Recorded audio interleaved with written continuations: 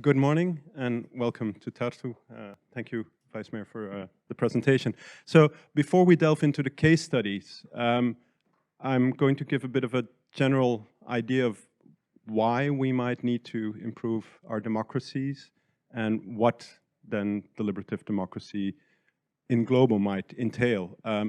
As you are here for an autumn school on deliberative democracy, some of this might be just nodding off for you and you agree, but still it might be interesting because, as some of you might have experienced if you do this, is you get challenged when you come up with a project on deliberative democracy. People will challenge you on some of the assumptions that are behind it. So maybe it's a good recap of this. So briefly, my presentation will be why innovate, what, and what does this imply? So setting a bit the general scene for, this is Marcel Duchamp, for those of you who don't know him. He's the modern artist who revolutionized modern art by at some point selling urinoir, a urinal that he signed his name on off. And he had this famous saying, "Il n'y a pas de solution parce qu'il n'y a pas de problème." There is no solution because there is no problem. You don't need to solve anything if there's not a problem. People are too much worried finding innovation when there is very often not a problem. That counts maybe for some things, but for democracy, we might say that there is a momentum for change and innovation. Now, there's two ways to look at this. The first one is there are really a number of democracies that are backsliding and are really in trouble. Yes.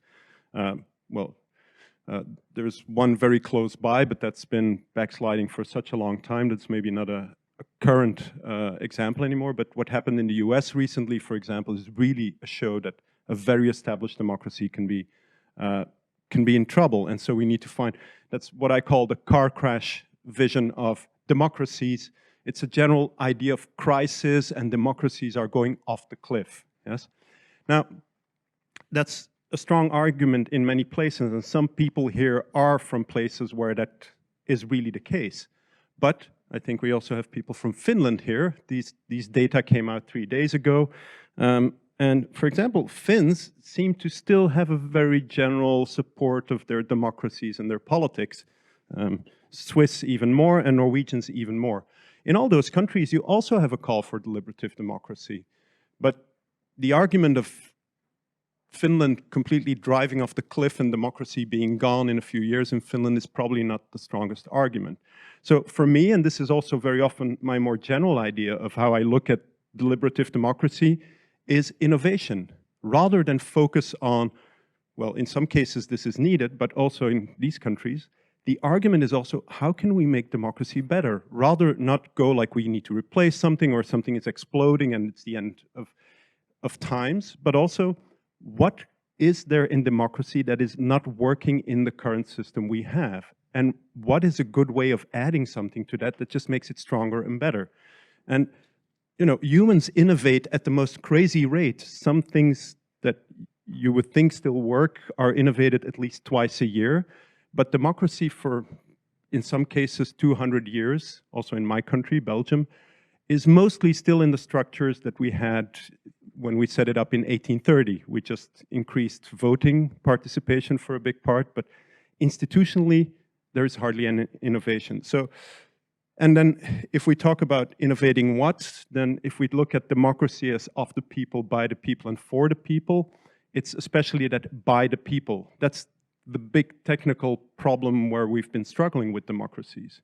Yes. By the way, I put human rights and fundamental rights between brackets, not because it's somewhere as an afterthought, but I always like to mention it, because for me, the top part means nothing if the bottom part is not there. Right? You can do deliberative democracy in the most fundamental, technical, great way. If you don't have fundamental rights, then you don't have a democracy. So I just like to always point that out.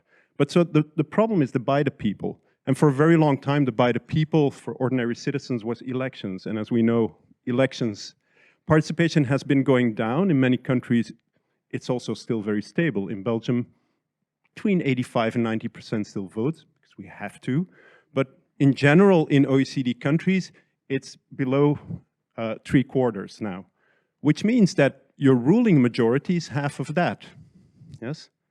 If only 60% votes, that means you have a majority with 30% approximately, give or take what your coalition is like, which means that 60, in some cases 70, sometimes even 80% of the people didn't vote for the ruling majority that then guides you for 4 or 5 years. As a legitimacy, that is a very thin thread. Yes. For example, in the Netherlands, recent local elections, in some of the big cities, 40% came to vote.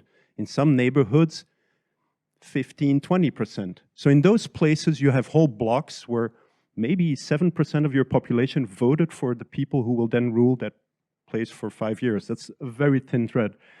And then even if you would look at elections, for example, we know that over those 5 years, actually many people don't have stable choices. If you would ask them who you'd vote for, this is polling data from the Netherlands, they're pretty unstable. As a Belgian, it's a joke we like to say. Yes, an unstable, yeah, I know. But you could this is a few months of polling data. You know, blue party is great here, and here they're already gone, right? So whenever you hold your election, so even if you vote, just saying if you're the ruling majority, we now have 5 years of legitimacy, is becoming something that is actually not enough, right? Okay, but we have loads of non-electoral participation in many of our countries. What is the issue with some of the non-electoral participation? Much of it is free to show up. And decades of research has shown us that certain types of profiles are just much more likely to show up in these things. They're a minority very often. And in most of the cases, not always, and I see some people nodding, so this is not news to you, but it is very often highly educated, in many societies, men, white men, so here I am, yes. So yeah, it's people like me. And many of them come for also great things. You have them in your rooms they will propose good things for the city, but it means they get part of the policy sphere towards them, just because they show up. Second issue, and politicians in the room always nod when I give this, who comes to a meeting in the evening at the city council? People who are unhappy, angry, or just disagree with something. Which means they're also very often geared towards polarization, angriness, or you really need to move from your house to the meeting because you're so angry, or this is okay. I mean, these people signal something to politics, but they should not decide. And in some cases, you really have shifts in policy because a small group is very visible, very angry, or very present in the public sphere. And so having that next to elections as the only guide might not be enough. Finally, a lot of the existing participation is, well, what is called non-participation or tokenism. If you say to citizens, participate, and thank you, and I will now go make policy, but it's good I hear, without some structured feedback or something, it actually doesn't really mean a lot, yes? You have many places that set up an online platform where they ask citizens for input, but then as a citizen, you have no clue what actually happens with that input, right? So there is really no implication, or you have no sense that it even landed, except maybe in some drawer on a desk. And so increasing the sentiment of citizens that actually, what the Vice Mayor said, that the feeling was of these citizens at the end of the deliberative process, that actually it meant something. I was listened to, is really something that we need to increase. Of course, some of you might say, yeah, but there is stuff where really people sit down. And there is stuff happening between elections, but it's with stakeholders. So most countries actually have implication between elections. So there is no void. Unions, social movements, business interests will talk to and will really be heard. And this has some good things, which means policymakers get their expertise and their input. What is the problem? Even in social movements, and I am a social movement, we're an NGO, well, it depends on who gets funding, who can get their voice heard. Most NGOs, if you look in Brussels, we all have 2 degrees, we speak English, we're international. So it's also, again, very much a matter of who has the means to make yourself heard and to be at that table and have the expertise to sit with a policymaker. So it's good. But if you look at the Gilets jaunes in France, the yellow vests, for example, part of that group was really railing against the fact that policy was made on climate by people who knew the hallways in Paris. And when you listen to some of them, you would think they're talking about the lobbyists of business, and that's their first one on their mind. But for them, it's also other lobbyists which are environment, which kind of know the hallways in Paris, but didn't think about, you know, the guy going to the factory somewhere in the countryside that needed his car, right? And they felt that decisions had been made over their head by people in a smoky room. Now, for a very long time, a problem was, how do you get outside of a quality versus quantity problem in non-electoral participation?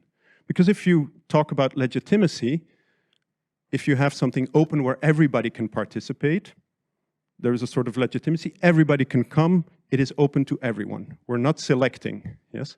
If you do the stakeholder thing, it is high quality. You can do weekends and weekends with stakeholders and very intense and expertise, but you lose the legitimacy of everybody's in the room. And so in the 1970s, actually independent of each other, this is a small side story, two thinkers, a professor in Germany called Dienel, and one in America, Ken Carty, came up with the same type of solution independent of each other in the same month. And they didn't know it of each other. This is before Google. It took, I think, Jane, you might know, it's 20 years or something before they met each other at a conference, and they're like, hi, I'm Dienel, I'm doing this. And the other was like, I'm doing exactly the same thing in the US. They came up with the idea of sortition. If you have to do a quality thing, where, for example, for a long time, Dienel's was about city planning. Yes, how do you do, you see small maquettes how do you do city planning with a smaller group of people without ending up with the white 50-year-old male? And you want to take them several weekends through, then they looked at sortition. And some of it was maybe the vaguely Athenian ideal, but I think someone like Ken Carty was also inspired by just the jury system. Yes, if in the US you can do a sort of random selection for people, putting people behind bars and even deciding on the death penalty, they might also decide on how to do a renovation of a block in the neighborhood. And so the idea was use sortition together with a high quality process, click these together. So the process, deliberation is something you also find in other spheres, yes? But very often it was not with regular citizens. And so this is where the combination came to find deliberative processes as a solution to that. You work with a smaller group of people because you want that high quality process, and to make it somewhat legitimate and fair, you use sortition. Everybody has an equal chance to be part of that group. So this is just the basics of it, and you'll get a lot more over the next 2 days. So what is a deliberative process? It's a random representative sample of citizens, and representative is of course underlined, because even you can do a sortition in a way that, again, you're with 20 guys like me in the room, yes? You will have to work a bit to get that representative sample, but you'll get more on that later. You give them a clear task and a mandate, yes? There's a clear question. Work on our climate project. For example, in Belgium, the first one was on healthcare. Yes, how can we make the situation of the people working in healthcare better during COVID? Interesting case. Given enough time, I can't stress this, you can't do it in an afternoon. I'll repeat this later again. They need time to look at the evidence. Yes? Balanced information. Get what is the different sides of the issue. They don't have to become experts. They don't have to become academic experts. They have to know enough to make a sort of judgment, what are good choices for their community. Yes? But they need balanced and good information. And then they deliberate. It's not a discussion. It's not a debate who wins. Yes? The format that actually is much present in the representative sample, where it's almost who can have the better one-liner over the other one very often. And it's unfortunate. If you talk to many politicians, they will tell you they don't like that either, but it's how media and many formats work. No, you deliberate, which means as a group, you try to find a common solution to the problem and the task you're given. Yes? So this very often implies that you have facilitation. so that space is safe for everybody to feel that they can talk and give their opinion. Because again, people like me, I always joke, you need facilitation to have somebody like me shut up, right? Because I will talk until you make me shut up. So deliberate, and we'll have a lot more today and also tomorrow on that. And then finally, these people work towards recommendations for policy, yes? It's also somewhere part of the journey, and also again, you will hear about this, how do you get them then to make recommendations that actually a policymaker can work with, yes? And so this is kind of the format that you can bring in that adds something to what is missing between electoral and free non-participation. Not to replace any of these things. It is an addition, it's an innovation. What are some of the benefits? And I could talk longer than this, but this is just an intro. Better decisions, yes? For example, long-term, there's also been research on this. A group of everyday citizens will have a longer time perspective when thinking about policy problems than politicians, which is logical. Politicians have elections and they will need to deliver something. So it's not that they're vicious or something. Even good-meaning politicians will need to make sure that within electoral cycles you can't go like, oh, but that will be delivered after we. So long-term decisions. And also they will be based on informed public judgment, yes? Not a knee-jerk quick reaction to some policy problem. Sometimes, as we also heard, citizens will say, I now understand the problem better, and will be much more nuanced than given 30 minutes to react quickly in a sort of, do or die situation during a council meeting where it's the hardest who shouts who makes the day, yes? Broader participation will enhance legitimacy. If people see that people like me were involved in this decision, this enhances your legitimacy. Yes, I always say people should look at the photo of an assembly and think like, there was somebody like me in there. I wasn't there myself, and some people might go like, good, because I had a barbecue or I had a birthday party, but there was somebody like me who was part of that group and looked at these decisions.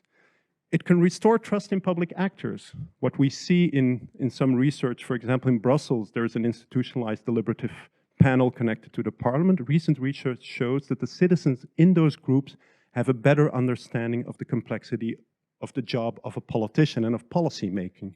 So it restores some trust. They will also agree that it's sometimes not that easy as you would think from the outside. And transparency. You have citizens looking at your policy problem, they see all sides of it, so they actually get a view into the small box of policy making in certain fields, so that increases accountability and it can help reduce corruption, yes? If citizens can call for information during a meeting or say like, but we haven't seen this, it seems this really actually forces you to open up the box and be transparent. And this works. And it brings everyday citizens to the room, right? These are a picture for all of the assemblies that are on the papers behind you. This is, for example, the first group in Belgian. Everyday citizens that show up and will be there for several weekends, working very hard and committed for their community. And these are case studies that will be presented over the next 2 days to you. But there's dozens of those, yes? It does work, yes? The tool of deliberative democracy, if done right, works, and citizens will show up, yes? Now, if you're planning to do one, and this is a bit what you will be challenged with thinking about this during the next few days, is, for example, well, if it needs to mean something, you will have to talk to the political level. How do you get them to commit and connect to your assembly? Commit to what? Yes. What is then the commitment of the, in most cases it will not be, we will do everything that comes out of the citizen assembly. So how do you phrase that commitment, that response, or that follow-up? What are good policy problems to tackle with this method? Yes, probably not the light, what color are the lights at the pedestrian crossings to be, red or white? Yes, it's a very expensive also tool in some ways. It's a very time-intensive tool. When is it best to use that instrument? How do you translate that in a good question? Yes, you can say, oh, climate. But how do you then translate that in sort of policy question for your citizens to work with? Find a representative sample of citizens. How do you find these people and how do you recruit them? What information do you present? How complete or incomplete? You can't be there for months. They don't become academic experts, but what is then a good way to present information to the assembly? Also, again, in a fair way, that it's not only somebody with an academic degree who understands what's been presented. So what different ways can you do that? How to make sure, and this is a very important one, that everybody in the assembly feels safe to express themselves. Yes, and this can go about very stupid. I have an anecdote from the G1000, the original one in 2011 we did, where we worked with homeless people working with homeless people, but also we had a buddy system, and some of the questions that was asked by citizens who were recruited was like, but I don't have a suit and tie, so I can't show up. People will look at me and just say like, no, it's fine. They'd never been in a public space. And so they thought from television that you needed to be dressed up in a suit, right? And they feel uncomfortable. So very often, the first day, these people need to find a bit of time and ways to feel comfortable, so they will express themselves. It's no use doing a lot of effort to finally get that hard-to-reach person in the room, and that they're sitting there and then shut up for 6 days in a row, yes? So that's... How do you go from deliberation to recommendation? You can talk for days and days and days about a policy problem, but let's say your assembly lasts 6 days. At day 6, somewhere you need a report with concrete recommendations. So how do you do that facilitation towards recommendations? It's only a small group in the room. How do you communicate with the wider public so they actually even know that this is happening? Yes, if there is an increase in legitimacy, or it is also about other people kind of knowing that this is happening for them. Yes, how do you communicate and how do you relate to media? You'd be surprised sometimes media are our worst critics. So they can be very cynical about this.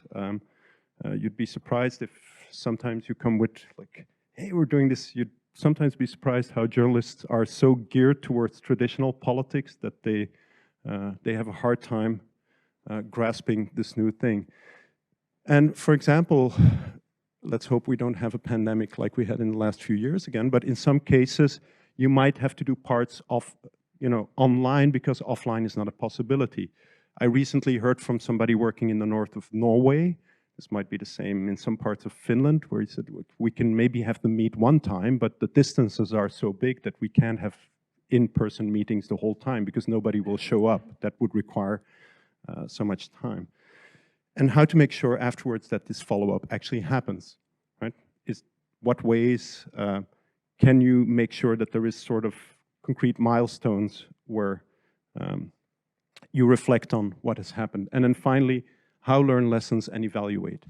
It is important because we're all still learning. This field is still pretty young and it's a strong field, it's growing, but you will need to also have some time to reflect after your first assembly, second assembly, and even third assembly to see, okay, what can we do better and how do we adapt to what we are doing? For example, Belgian has done 3 in a row, and then they had a stop, and they had a session with all the citizens, the politicians involved, the facilitators, closed room meeting, so everybody could be fair and critical to see okay, how can we make this better? I was allowed in the room. None of the politicians wanted to quit. So it's an institutionalized system. So all the MPs were on board for continuing this. There were arguments too. But so also you will need to think about lessons learned. Now, this I've stolen from a Canadian colleague, Peter MacLeod.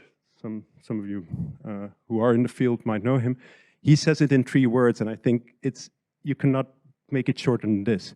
In all the steps you will have to take, you will have to make decisions, and sometimes you will not have the means or the perfection that you will hear from a national case here that had a budget of a few million euros or designed for legitimacy. In every step, that should be behind your thinking, even if you have to cut somewhere a bit of corner compared to an ideal situation you heard at the autumn school, is in every design step, try to think how you can achieve the maximum amount of legitimacy for the resulting recommendations. So that people outside of the room think like, that's fair, that I could stand by this, yes? So that if you're questioned on legitimacy, that's where your design steps within the means you have. If you're from a small city of 10,000 inhabitants, you don't have the means of a country, yes? So you will have to work within the means. You will also have to set up a small network, yes? You will not be alone. Some of you are here alone because you're a policy officer or whatever, but if you do an assembly, and again, stealing from somebody else, it is like organizing a wedding. Tele, you once expressed it like that. Yes, the couple, you're two, but you involve the family, the caterer, So I'm not going to go through all of this, but you will hear all of this during the next 2 days. You work with politicians, with your stakeholders, your civil society, the citizens in the room, the citizens outside of the room. You might have probably a steering committee, yes, that helps you make decisions because you're not the only one who takes decisions about expertise and etc. A secretariat, you will need people helping you just with practical stuff. Facilitators. In a bigger assembly, you will have observers, people in the room, academics who want to observe what you're doing. You will have to connect to experts, expertise that you find on your topic, and media. And the list might not even be complete. There's probably a few I forgot. Sometimes, in smaller cases, one person is actually doing several of those roles. Yes? In very small places, the secretariat might be the same person that does part of the steering committee, or in a very big assembly, all of these roles are separate and need to be managed. So there's a lot of people involved. Now, what are some of the red lights in this? It's great, but if you want to do this because you have a great idea, and if only the people would agree to say that my idea is amazing, I've talked to politicians like that, who just say this and don't even realize that they say this, and who kind of nod that I would agree with them, like, you know, we really need to, but my city council doesn't work. If I can only get citizens to agree with, there should be an openness for citizens to decide on something. And my litmus test is always, would you agree with citizens if they come up with the reverse of what you think they will come up with? And you should still find that, fair enough, this is legitimate, I should stand by it. If you only design an assembly where you will stand next to it, if what comes out of it is something you agree with beforehand, there is something wrong with how you look at this. So foregone conclusions. Not enough time. For me, that's an important one. An afternoon assembly is not an assembly, yes? You can, a 3-hour assembly, you need some time, yes, for this. And I would say reduce the scope rather than rush it, yes? Especially in smaller places where your means might be limited, reduce your scope maybe, so you can present good information, etc., and with limited means try to do a lot in 1 day, yes? Recruitment that delivered a very skewed group. After this autumn school, this should never happen again, but if you only have highly educated white men from 50 to 70 in your group, and so I could be one of those, have them debate male white privilege and just cancel your assembly, right? Just have them debate a bit, why are only us in the room, and then maybe have them play cards or something, but then you have to redo your homework, yes? Very biased information, yes? In a good assembly, at the end, you give an anonymous survey to the citizens where they can say whether they actually felt okay and free and etc. Yes, and one of the questions, if they feel that they were only fed one side of the issue, that's a really bad red light. If citizens anonymously go, because they might not feel secure to say it openly, in your evaluation, say like, I had the feeling we were really hearing, you know, only one side of the position, that's a really bad sign. And also, for us, deliberative processes where there is no single commitment for follow-up, and we still see them being designed, where a city sets up an assembly, and there's no commitment whatsoever what will happen afterwards. We're doing an assembly, and then the booklet is given. There's a big photo, a Twitter photo, that's the politician listening to the citizens. And then citizens go home and have no clue what will happen. That is really also problematic. Yes? Just receiving the recommendation booklet for a press photo is not having citizens involved in your policy making. There should be clear steps and clear promises of, I will see you again then, and then I will tell you what happened with the work you have done. Now, I'm not going to go into this, but over time now, this field has developed very fast. Some of the things I've just given to you have been developed in quality criteria. So the OECD has a report, and we can give you the link, where a number of quality criteria are described with some of these red markers. Yes, and you see, for example, time is just one of them in itself. Yes, enough time, information, privacy, integrity. In this introduction, I will not go into all of them, but so you can find more information. Okay, over the next 2 days, all of this will be brought to you by 7 speakers. I'll be one of them again at the end, so you can forget about me for a while now after this presentation. You will get 6 real cases. They're on the board behind you. Belgian is not a case, it's an institutionalized system in itself, but you will have 6 actual assemblies. 2 real climate, 2 environmental, on environmental related issues. 4 that were in clearly polarized environments. So you will hear about different types of assemblies.